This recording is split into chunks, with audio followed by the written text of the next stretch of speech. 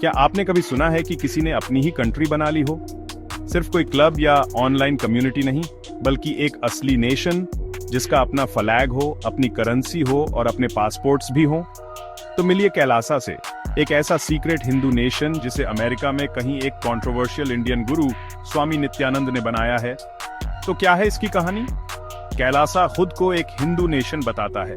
नित्यानंद के हिसाब से ये दुनिया भर के हिंदुओं के लिए एक सेफ जगह है, सनातन धर्म यानी हिंदू वे ऑन लाइफ को बचाने और उसे बढ़ावा देने के लिए।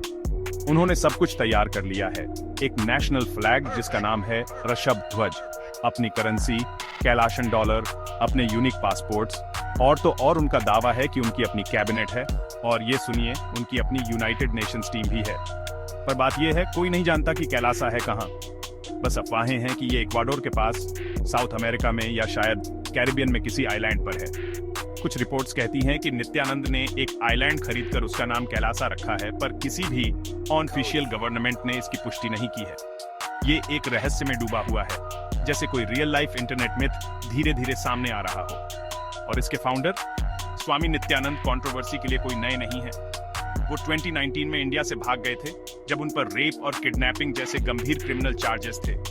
तब से उन्होंने खुद को भगवान घोषित कर दिया है और इस नए नेशन का फाउंडर बता रहे हैं। उन्होंने कैलासा को असली कंट्रीज और इंटरनेशनल ऑर्गेनाइजेशन से मान्यता दिलाने की कोशिश भी की है, पर अभी तक कोई भी इसे मान नहीं रहा है। कानूनी तौर पर कैलासा को किसी भी कंट्री या इंटरनेशनल बॉडी ने मान्यता नहीं दी है। यूनाइटेड नेशंस नहीं, इक्वाडोर बिल्कुल नहीं। ज्यादातर लोग इसे पब्लिसिटी स्टंट मानते हैं या ज्यादा से ज्यादा एक माइक्रोनेशन, एक तरह का फैंटेसी प्रोजेक्ट जिसका दुनिया की नजरों में कोई असली स्टेटस नहीं है। तो क्या है कैलासा का मामला? ये स्पिरिचुअल एम्बिशन, लीगल लूपहोल्स और इंटरनेट तमाशे का एक अजीब मिक्सचर है।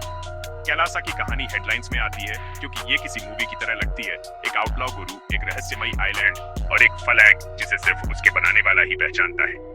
क्या कैलासा कभी सिर्फ एक वाइल्ड हेडलाइन से ज्यादा बन पाएगा? शायद नहीं, पर आज की दुनिया में ऑनलाइन हंगामा मचाने के लिए बस इतना ही काफी है। ट्यून इन करने के लिए शुक्रिया। अगर आपको ये स्टोरी पसंद आई तो दुनिया भर की और अजीब और दिलचस्प कहानियों के लिए सब्सक्राइब करें। मिलते हैं अगले वीडियो में।